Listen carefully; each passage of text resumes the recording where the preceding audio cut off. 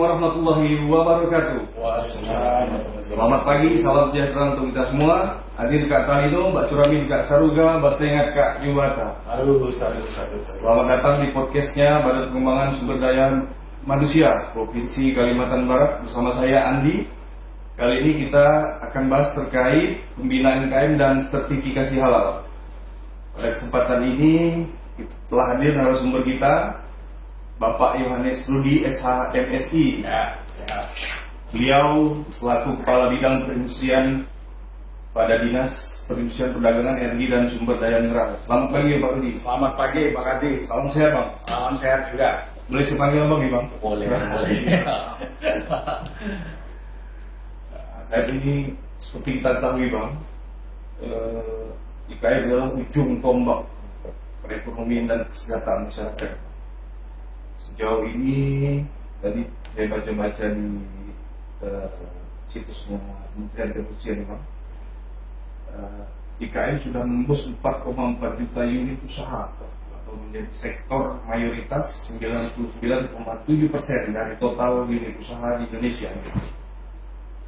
IKM mampu menyerap tenaga kerja yang mencapai 12,39 juta orang atau menyumbang 66,25% dari total tenaga kerja di sektor industri. Bahkan di Kalimantan Barat ini IKM di data BKDN 2024 ya, itu berjumlah 28.444. Banyak Bang IKM di Kalimantan Barat ini, tersebar di 14 kabupaten kota ya. Nah, terkait tema kita hari ini Bang, pembinaan IKM. Saya ceritakan Bang, program bidang industri untuk menumbuhkan wirausaha baru di Kalimantan Barat. Baik, Bang Andi, selamat pagi dan sejahtera untuk kita semua. Terima kasih atas undangannya dari BPSDM terkait podcast kita mengembangkan IKM. Saya selaku Kepala Bidang Perindustrian menurut pada Undang-Undang Nomor 3 Tahun 2014 tentang perindustrian. Di situ kan ada beberapa batang tubuh target-target yang harus dicapai oleh Dinas Perindustrian di seluruh Indonesia. Mungkin dalam hal ini kita juga sudah menyikapi dengan adanya peraturan daerah nomor 1 tahun 2017 tentang rencana pengembangan industri provinsi RPIP Pak Andi. Jadi di dalam RPIP itu, di dalam rencana aksi dan dalam batang tubuh itu ada 7 komoditas unggulan. Dan 7 komoditas unggulan itu yang pertama adalah palm sawit, kelapa dalam, boksit, perikanan, pertanian, dan yang terakhir adalah industri menengah. Di dalam komunitas unggulan itu kita juga diamanahkan di RPK itu ada 2 kawasan industri. Mungkin nanti teman-teman juga harus memahami bahwa di Kalimantan Barat ini ada 2 kawasan industri, yaitu kawasan industri Ketapang yang ada di Kendarawan dengan komoditasnya adalah boksit, itu PMA. PMA itu jadi modal asing, itu duitnya kencang di situ. Nah, satu lagi ada namanya kawasan industri Landang yang ada di Napa, tepatnya di Mandor. Itu PMA.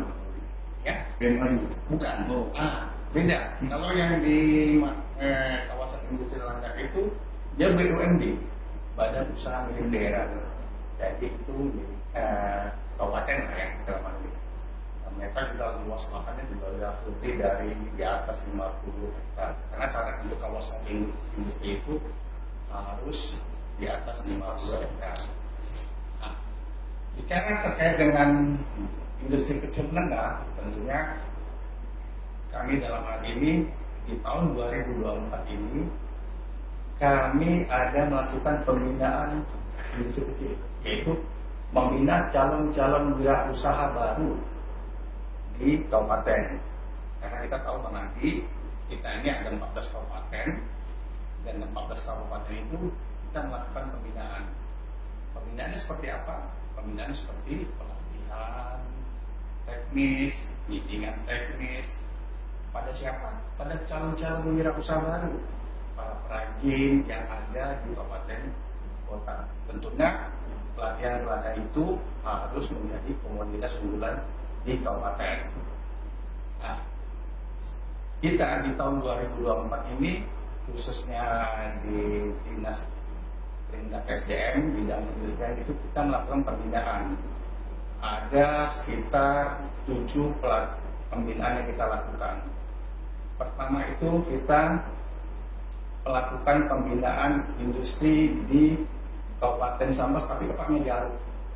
Itu program dari pemerintah terkait dengan program PKE, program pensiunan ekstrim. Jadi di tahun 2003 kemarin kita sudah melakukan pembinaan, dan kita dorong lagi di tahun 2004 ini kita akan melakukan pembinaan untuk daerah perbatasan. Jadi di daerah sekitar Garut itu ada 5 desa, Pak Andi. Ada 5 desa itu kita minta kepada teman-teman di Dinas Perindak Kabupaten Sambas, dalam hal ini dibantu dengan kepala desa di 5 desa itu, kita minta mereka untuk mencari peserta. Tapi tujuannya untuk warga-warga yang tidak mampu atau warga-warga yang ekonominya tidak mampu. Itu kita beri pelatihan pembinaan. Karena Bang Andi, seperti yang kita sampaikan tadi, di Sambas itu khususnya di Garut itu komoditas unggulannya adalah anyaman bambu. Nah, jadi anyaman bambu. Jadi selain tenun songket Sambas, dia juga punya juga anyaman komoditi anyaman bambu yang tersebar di perbatasan Garut. Dan di tahun 2024 ini kita rencanakan akan mengadakan pelatihan di PLBM. Mudah-mudahan tidak ada halangan habis lebaran hari kita akan melakukan pembinaan. Kedua, Bang Andi, kita juga melakukan pembinaan di daerah pesisir, khususnya di Kabupaten Bengkayang itu di Desa Mundukan. Pelatihannya apa? Kita pelatihan hanya kemasan. Kemasan itu kebetulan di daerah sekitar Lumputan itu kan punya itu apa namanya itu komoditinya itu bukan bahkan di rumput laut. Nah, rumput laut dan perikanan. Jadi kalau kita kaitkan teknik pengolahan itu, kita lebih kepada teknik pengemasannya itu, packaging. Nah, jadi labelnya itu. Karena kita tahu, Bang Adi, mungkin waktu kita perjalanan dari Pontianak ke Singkawang itu, kan di pinggir jalan di sekitar masuk kota Singkawang itu kan rata-rata UMKM itu. Di jalan itu. Jadi Dinas Perindak Bengkayang mengusulkan kegiatan kenapa pedagang-pedagang UKM ini tidak kita fasilitasi untuk kemasan, karena kita tahu kemasan mereka itu sangat-sangat sederhana.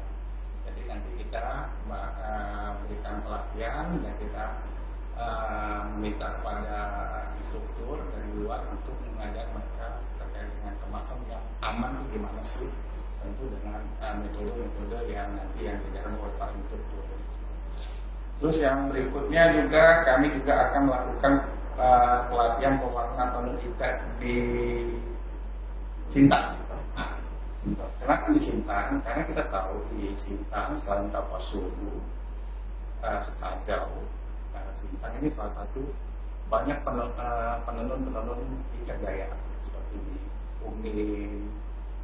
Umin dan di daerah-daerah apa namanya itu yang di Gunung Batu itu yang ada rumah panjang itu bahkan di Ansai ya. Nah, waktu itu kan pernah kita berikan pelatihan juga. Jadi itulah salah satu pembinaan kita, selain kita juga memfasilitasi terkait dengan sertifikat halal. Nah, mungkin itu dulu Bang Andi yang kami targetkan di tahun 2024 untuk kita mengadakan pelatihan. Baik, itu aja. Menarik sekali, Bang Budi. Setelah saya dengar dari paparan dari Bang Budi, banyak sekali pertanyaan-pertanyaan. biasa sobat-sobat IKM di Maluku dengan Bupati bertanya, Pak, gimana sih cara kami bisa ikut pelatihan tersebut seperti yang contohnya di Sambas di Maluku ya? Gimana cara kami ikut? Apakah kami ke dinas kabupaten atau kami ke dinas provinsi? Itu gimana di prosesnya? Oke. Jadi mungkin kepada calon-calon pelaku usaha atau calon-calon wirausaha jangan khawatir. Jadi untuk perekrutan peserta pelatihan itu kita dibantu sama teman-teman dari dinas Perindakop kabupaten masing-masing. Contohnya seperti ini, Bang Andi. Jadi kan provinsi ini kan nggak punya wilayah, Bang Andi ya. Yang punya wilayah ini kan kabupaten kota. Tentu dalam hal ini kami prioritaskan kepada kabupaten kota untuk menyaring, merekrut atau mengkurasi pelaku-pelaku usaha yang benar-benar potensial untuk diberikan pelatihan. Nah, dalam hal ini kami menyurati ke Dinas Perindakop Kabupaten setempat. Nah, jadi kami misalnya ada pelatihan dan surat itu kami minta kepada teman-teman Dinas Perindak, kami minta 20 orang perajin IKM atau 2 orang perajin calon wirausaha baru binaan Dinas Perindakop untuk kita berikan pelatihan. Biasanya target kita pelatihan itu untuk peserta itu kalau udah 20-25 menit. Dan pelatihan itu kita selama 3 hari. Jadi dalam 3 hari itu kita pengenalan dulu metodenya, pengenalan alat-alat, terus teorinya itu paling tinggi itu 30% lah, sisanya itu praktek 70%. Jadi setengah hari itu baru praktek. Ya praktek pembuatan misalnya anyaman bambu dimodifikasi menjadi tas atau kotak tisu. Jadi kita disertifikasi produk. Dan ini juga Bang Andi, saya lupa juga menyampaikan bahwa di bidang perindustrian itu kita ada tenaga fungsional.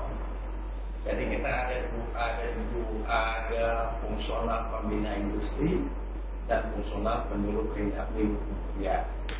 Dalam hal ini saya mungkin dibantu oleh teman-teman fungsional. Saya nggak bisa bekerja sendiri, teman-teman fungsional ini yang turun ke lapangan. Saya ambil contoh teman-teman penyuluh perindak. Nah, penyuluh perindak ini dia ada tugas pokoknya yaitu melakukan pembinaan WUB atau sentra dan OVO. Nah, mereka turun langsung. Nah, si penyuluh perindak itu yang mendiagnosis suatu dokter gitu ya, permasalahan IKM apa sih kendalanya? Kebanyakan ini kan teman-teman IKM ini kan kendalanya kalau nggak ada tempat untuk menjual atau produk mereka buat biaya Pak. Ya itu memang jadi salah satu kayak itu contoh, tapi tidak menutup kemungkinan produk-produk mereka ini sulit mau dipasarkan. Mau dijual kemana nih? Nah, kadang-kadang kan si buyer atau pembeli ini mau itu produknya itu sama rata. Jadi berapa? Misal sebulan ini kami perlunya 1000 anyaman bambu. Bisa nggak? Nah itu kan kadang agak sulit kalau satu orang di IKM. Makanya kami minta mereka itu bentuk suatu sentra atau OVO untuk mereka kerjasamakan. Jadi kita fasilitasi pelatihannya, kita juga berikan bantuan peralatannya untuk dalam satu sentra. Jadi kita nggak bisa kita memberikan alat itu kepada satu orang. Ini harus kelompok ya? Harus kelompok Bang Andi. Jadi suatu sentra kita berikan bantuan alat. Jadi alat-alat itu mereka gunakan sesuai dengan kebutuhan mereka. Satu lagi ada namanya pembina industri. Nah, kita juga punya fungsional pembina industri. Ya, kalau pembina industri ini dia lebih kepada pengawasan perizinan di industri. Terkait tadi yang Bang Andi sebutkan tadi di awal, kita juga memfasilitasi terkait PKDN. PKDN itu apa? TKDN adalah tingkat komponen dalam negeri, dalam hal ini untuk menggunakan produk dalam negeri P3DN.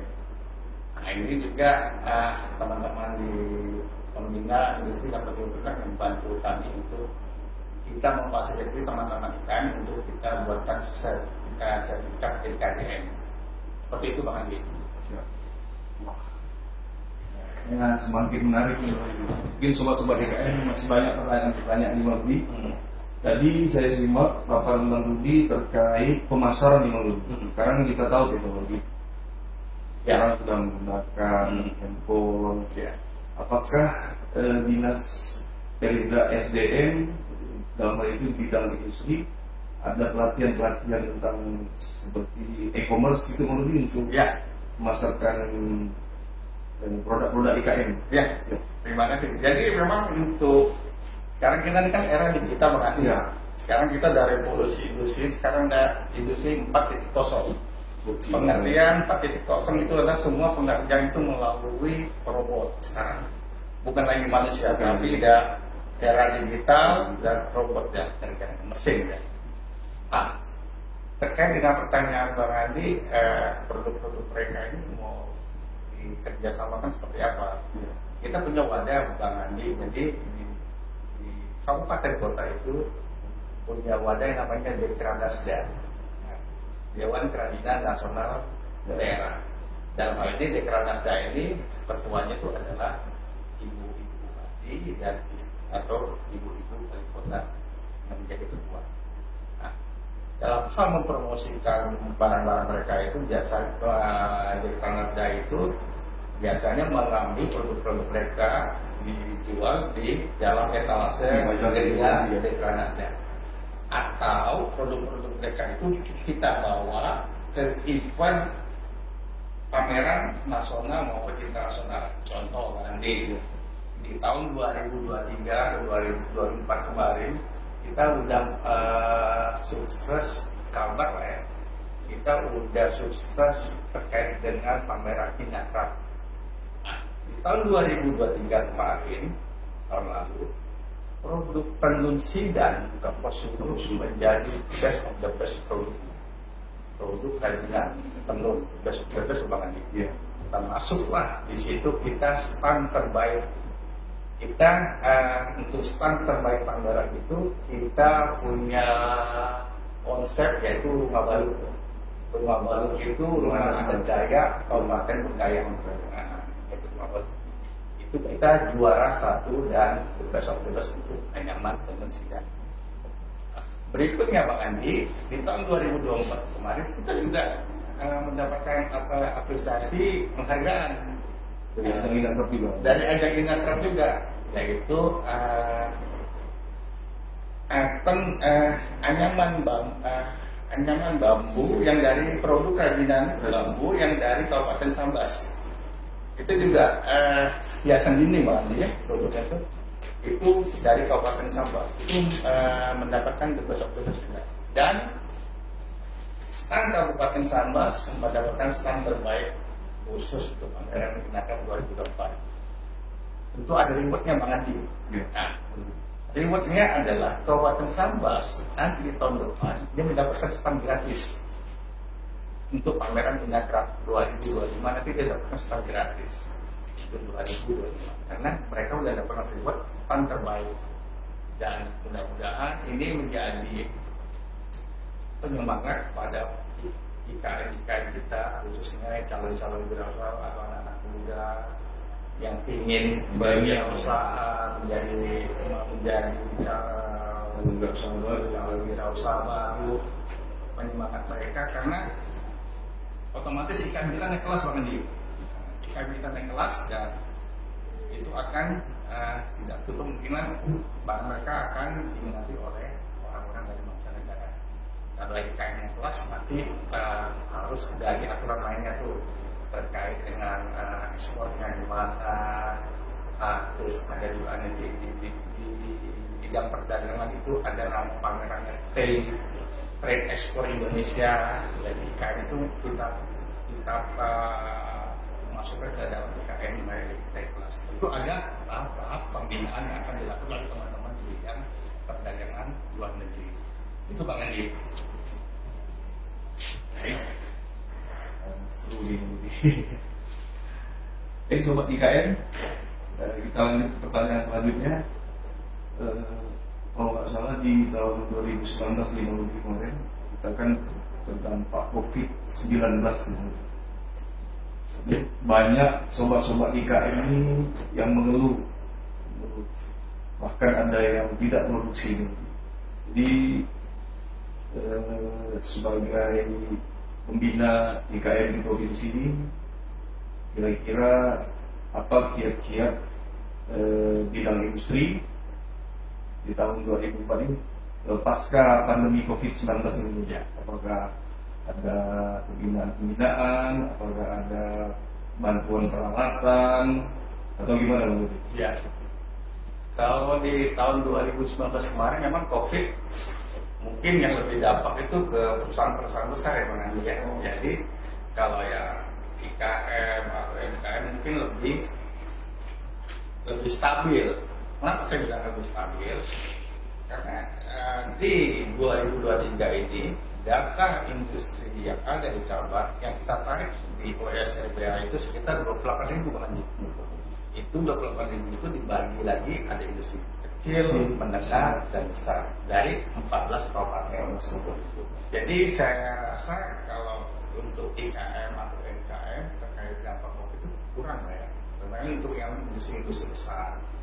Terus pembinaan yang kami dampingi yaitu ya jelas tahun 2019 itu kami tidak melakukan pembinaan pelatihan Bang Andi karena ada distancing kan, jadi nggak boleh melakukan pelatihan dengan jarak dekat.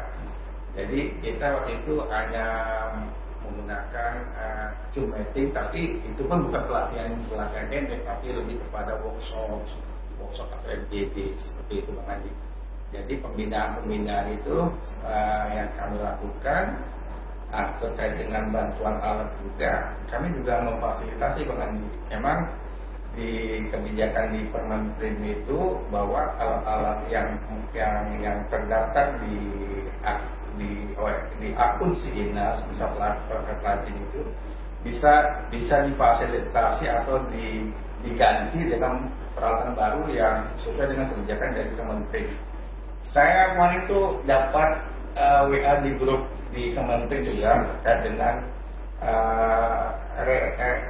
revitalisasi mesin-mesin kerajinan yang bisa diganti dengan mesin baru yang difasilitasi oleh Kementerian Perindustrian, khususnya Ditjen Industri Kecil, Menengah, dan Aneka.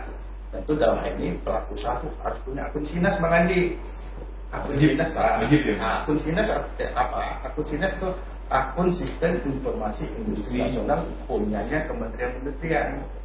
Jadi kalau perajin atau pelaku usaha tidak punya akun SINAS, dia nggak bisa mendapatkan bantuan alat, belanja alat kalau di Kementerian kalau belum punya akun SINAS.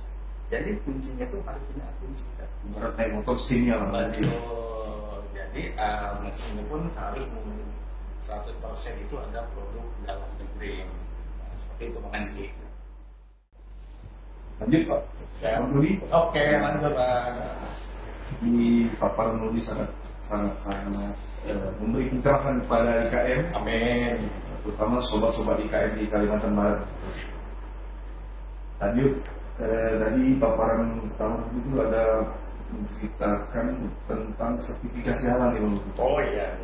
Program bidang industri pada dinas perindustrian perdagangan dan sumber daya mineral. Betul. Sobat-sobat IKM ini biasanya bertanya ini apa sih sertifikasi halal? Ya. Mungkin sebelum saya jawab itu Bang Andi, saya mungkin bercerita dulu. Jadi Oktober 2024 ini sesuai dengan arahan pemerintah itu bahwa semua produk-produk pangan KM atau pokoknya komoditi pangan itu harus wajib punya sertifikat halal. Sudah wajib halal. November 2024. Oktober 2024. Itu kan target pemerintah. Kalau bicara untuk sertifikat halal dalam hal ini Bang Andi, mungkin bukan hanya OPD di kami aja, di dinas pendidikan aja yang memfasilitasi. Itu juga ada betul seperti dia dari BUMN, BUMD, dinas koperasi dan UMKM, dan pasti banyak lagi itu yang sama-sama mungkin mendukung program pemerintah.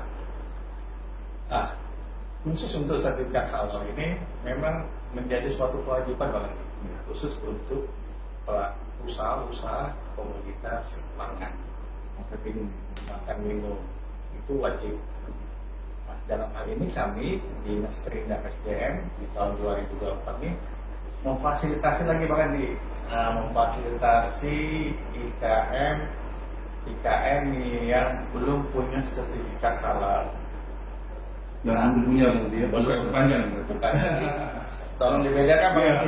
Teman-teman juga pada belum tahu ya. Jadi kami dapat ini Dinas Pendidikan itu memfasilitasi pelaku-pelaku IKM pangan yang belum punya sertifikat halal. Kalau yang udah atau yang udah mati mau diperpanjang, itu mungkin kami sampaikan dulu. Tapi kami prioritaskan kepada yang belum punya sertifikat halal.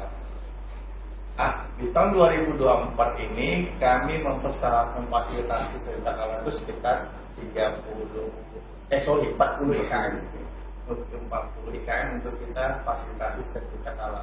Secara gratis loh Pak Andi, tidak bayar, secara gratis. Karena ini menjadi program unggulan, salah satu program unggulan di bidang perindustrian, khususnya Dinas Pendidikan SDM. Apakah itu untuk 14 kabupaten kota atau gimana Bu? Oh ya, ada pos-posnya. Ya.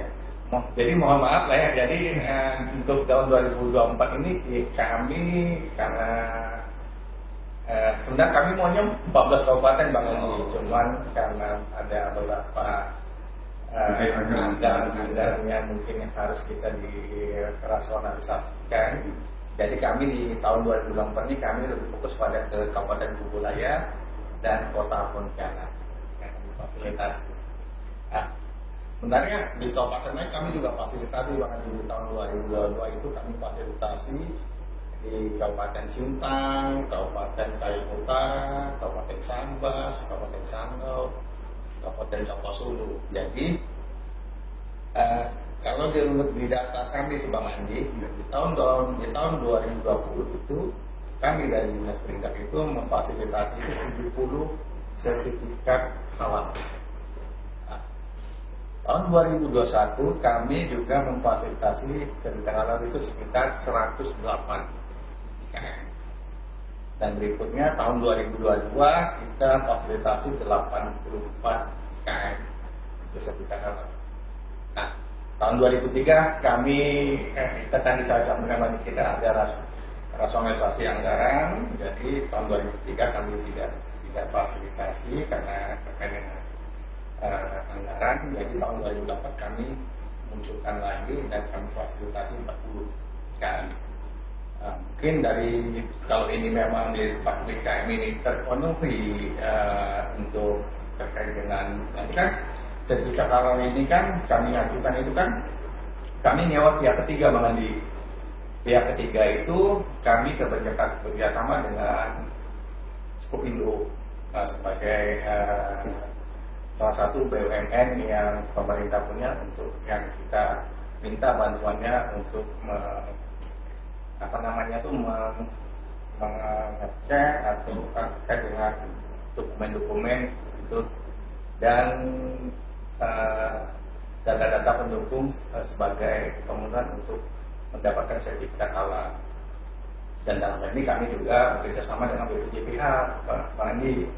BPJPH itu Badan Penyelenggara Jaminan Produk Halal yang dari Kanwil Kemenang atau Kandep Kabupaten Kota. Mereka juga punya namanya BPJPH. Tentunya dalam hal ini Bang Andi mungkin ada pertanyaan, kenapa sertifikat halal itu lama prosesnya? Kan bisa gitu teman-teman. Karena kan teman-teman pelaku IKM kan kadang-kadang Pak, kami udah lanjutkan di aplikasi si halal kok lama benar keluarnya gitu. Jadi ini karena butuh proses Bang Andi, karena ini dan komoditi pangan yang urusannya itu perut, jadi kan harus ada pengujian sampel-sampel yang dilakukan oleh teman-teman dari pihak ketiga sama auditnya itu. Nah, untuk mendapatkan sertifikat halal itu tidak serta-merta harus keluar sertifikat halal. Perlu proses panjang lagi. Nah, kalau di sebelum keluar sertifikat halal itu ada namanya surat fatwa apa namanya? Yang dari MUI itu, KPK itu surat pernyataan. Iya, jadi sebelum mendapatkan sertifikat halal itu ada surat legalitas bahwa itu halal. Nah, Tapi belum bisa. Belum. Jadi harus menunggu lagi proses oleh BPJBH akan mendapatkan sertifikat halal. Jadi istilahnya saya lupa itu Bang Andi. Sebelum keluar sertifikat halal itu surat apa namanya itu surat keterangan dari FMU bahwa produk ini halal gitu. Sebelum loncat ke mendapatkan sertifikat halal. Lanjut mungkin itu komitmen kami Pak Andi. Komitmen kami salah satu menjadi program prioritas kami untuk mendukung program-program pemerintah supaya Oktober nanti semua produk-produk pangan itu sudah punya sertifikat halal. Nah, berikutnya mungkin Bang Andi, saya dikit boleh nggak ngomong Bang Andi ya? Boleh. Jadi kalau tadi bicara halal ini kan kami juga memfasilitasi itu secara gratis Bang. Kami juga memfasilitasi secara gratis itu terkait dengan sertifikat tingkat komponen dalam negeri. Apa yang namanya sertifikat TKDN-IK. TKDN itu tingkat komponen dalam negeri industri kecil, TKDN-IK. Itu khusus untuk pelaku-pelaku usaha yang bergerak di sektor IKM atau UMKM. Syaratnya apa Bang Andi? Cukup mereka punya akun SINAS saja. Punya NIB, punya akun SINAS, bisa kita daftarkan. Di TKDN-IK. Nah, kenapa TKDN-IK itu penting Bang Andi? Karena ini untuk mendorong produk-produk lokal, UMKM atau UMKM produk lokal itu bisa bersaing. Karena sekarang ini kewajiban kita dalam pengadaan barang dan jasa, misalnya kita di katalog kita kan ada namanya makan ini, makan Y, snack apa segala, apa segala itu ke depan itu dia harus punya IKN itu pelaku UMKM itu harus punya sertifikat TKDN. Jadi dorongan itulah supaya mereka itu bisa masuk di katalog atau di MBIS pemerintah Provinsi Kalimantan Barat. Syarat itu kita minta kepada teman-teman di BPWJ itu harus punya sertifikat TKDN-IK. Nah, mungkin ada bedanya dengan TKDN dengan TKDN-IK Pak Haji. Jadi kalau TKDN itu dia itu TKDN itu lebih kepada industri-industri yang besar atau LV lah yang dia secara mandiri. Yang kita itu berbayar Bang Haji. Kalau yang ini TKDN-IK ini tidak berbayar. Industri tidak bayar secara gratis. Dengan catatan mereka harus punya akun SINAS dan punya NIB.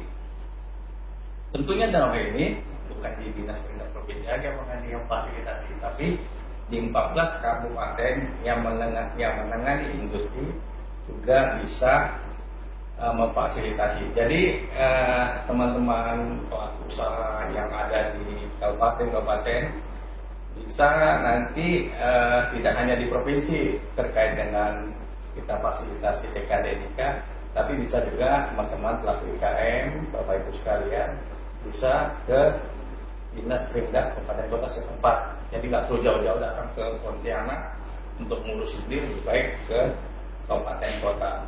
Nah, misalnya di teman-teman kabupaten kota ada permasalahan apa, pasti dia datang ke kami untuk konsultasi, untuk kita bantu, untuk kita pendampingan. Karena begini Bang Andi, saya ini punya konsep bahwa setiap kami melakukan pembinaan IKM 20 IKM itu harus kami fasilitasi pembuatan NIB, nomor induk usaha. Ya pada bintek. Setiap ada pelatihan bintek atau pelatihan teknis atau pendampingan kepada pelaku usaha itu, kami harus membantu mereka untuk pembuatan NIB. Setelah pembuatan NIB, kami dorong lagi Bang Andi untuk di sertifikat fasilitasi sertifikat TKDNIK. Kalau dia komoditinya pangan, kalau komoditinya bukan pangan, tidak perlu lah sertifikat TKDNIK. Sertifikat halal, sertifikat halal. Kalau halal nggak perlu dia. Kalau dia komoditinya itu bukan kerajinan apa itu nggak perlu sertifikat. Setelah kami fasilitasi dengan NIB halal, kami fasilitasi juga dengan TKDNIK Bang Andi secara gratis. Jadi cukup dengan akun Cina satu akun aja bisa mendapatkan sertifikat kelayakan untuk di dalam industri. Mungkin kalau terkait akun Sinas itu apakah dinas juga memfasilitasi KKN untuk membuat akun Sinas? Ya, jadi akun Sinas itu sebenarnya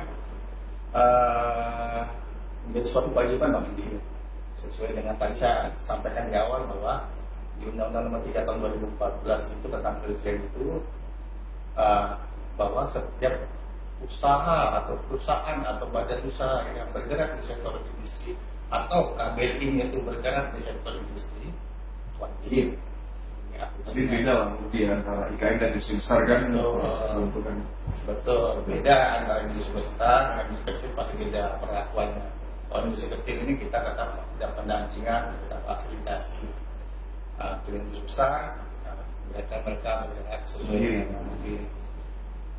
Jadi balik lagi dari cerita saya tadi, informasi yang saya mau sampaikan.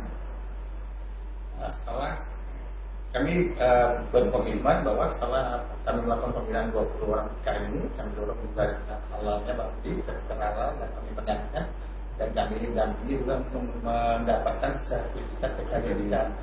Jadi ibaratnya itu satu kali itu 2-3 dayung gitu. Sekali dayung itu 2-3 pulau. Itu maksud saya dari satu kali dayung 2-3 pulau.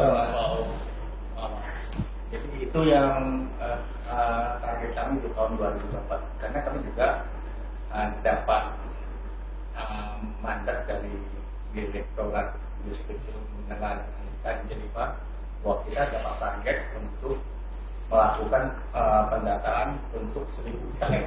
1000 IKM? Ya, harus 1000 IKM. Nah itu memang suatu kerja yang sangat-sangat berat Bang Andi. Jadi saya tidak bisa kerja sendiri kalau tidak dibantu dengan teman-teman dari penjabat fungsional, pembina Perindah, pembina industri atau teman-teman dari dinas Perindah Kabupaten Kota.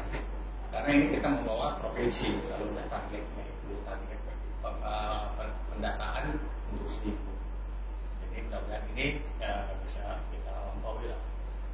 Bicara untuk TKDNIK Bang Andi, kami juga waktu itu dan diwanti-wanti sama kepala dinas bahwa kalau kira-kira itu jadi di bulan November itu tahun 2023 itu kalau permisalkan Undang Warga Dinas Perintah itu Bang Andi itu masih 0 TKDN. 0, benar 0. Jadi permisalan 0 itu kita waktu itu belum paham itu. Karena rupanya ada slot atau kewajiban bahwa untuk Kalbar ini kenapa masih 0 untuk TKDNIK. Jadi kami di push, di support sama Pak Dinas, ini harus menjadi target kita. Tolong kalau bisa didampingi KM-KM itu kita bantu untuk mendapatkan sertifikat TKDNIK. Dan alhamdulillah puji Tuhan Bang Andi, TKDNIK kita di tahun 2023 itu kita memfasilitasi 278 sertifikat TKDNIK.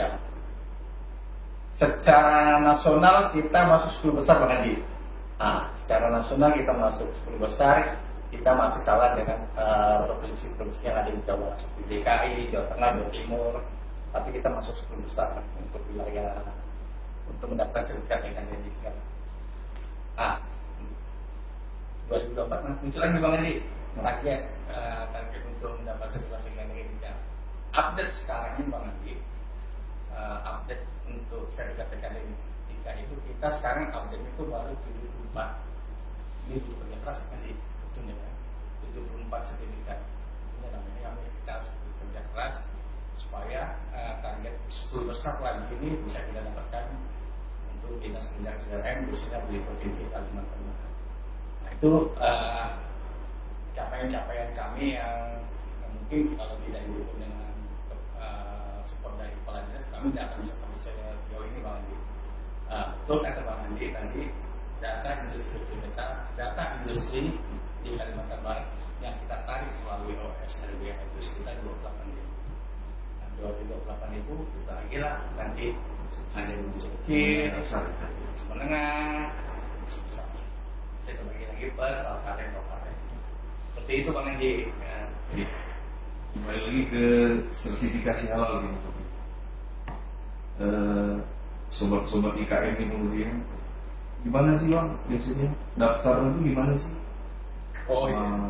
Apakah kami langsung ke dinas atau ke usulan dari kabupaten? Iya. Jadi kami pada sobat-sobat IKM kita. Ya, baik untuk teman-teman pelaku usaha atau calon usaha baru, bagaimana sih cara mengajukan? Jadi kita ini pakai model bottom up, jadi dari bawah ke atas. Tentunya dalam hal ini kalau teman-teman itu punya usahanya di wilayah kabupaten, bisa contoh kita ambil Kabupaten Kuburaya. Nah, teman-teman nanti bisa mendaftarkan ke Dinas Perindak Kabupaten Kuburaya. Untuk dalam hal ini Dinas Perindak Kabupaten Kuburaya nanti membuat semacam rekomendasi ke Dinas Perindak Provinsi untuk IKM ini IKM ini mohon untuk difasilitasi terkait dengan sertifikat halal. Tentunya dalam ini teman-teman dari kabupaten lain tidak perlu boleh datang ke dinas, tidak perlu Pak. Jadi Bapak Ibu sekalian, tidak usah datang ke dinas kita karena kami mengutamakan usulan dari dinas perindak setempat karena dinas perindak kabupaten kota itu kan sebagai teman atau tim kerja kami untuk kami memfasilitasi pelaku-pelaku UKM untuk mendapatkan sertifikat etika. Jadi teman-teman cukup ke dinas perindak setempat. Jadi kalau yang ada di Kapasulu cukup ke dinas perindak Kapasulu. Kalau ada di Kanapan dinas perindak Ketapang, mohon didaftarkan Pak. Kami ingin daftarkan sertifikat etika gimana Pak? Atau kami didaftarkan ini halal gimana Pak? Mungkin di kabupaten tidak ada anggarannya, bisa dilemparkan ke dinas perindak provinsi untuk kita fasilitasi. Pokoknya ini intinya sesuai dengan kekuatan anggaran kita mengambil. Akhir kita emang Oktober semuanya udah oleh pemerintah ya, pusat namanya Oktober udah semua IKM itu pangan itu udah harus sertifikat halal. Itu Bang Andi. Menarik sekali Bang Rudi. Tadi Bang Rudi untuk sobat-sobat IKM informasi aja untuk tahun 2024 ini bidang industri itu memfasilitasi sertifikat halal itu di Kabupaten Kuburaya dan Kota Pontianak ya Bang. Iya. Ayo datang daftarkan diri ke kabupaten kota masing-masing. Iya. Mungkin Bang Andi, kami sudah menyurati ke dua dinas tersebut.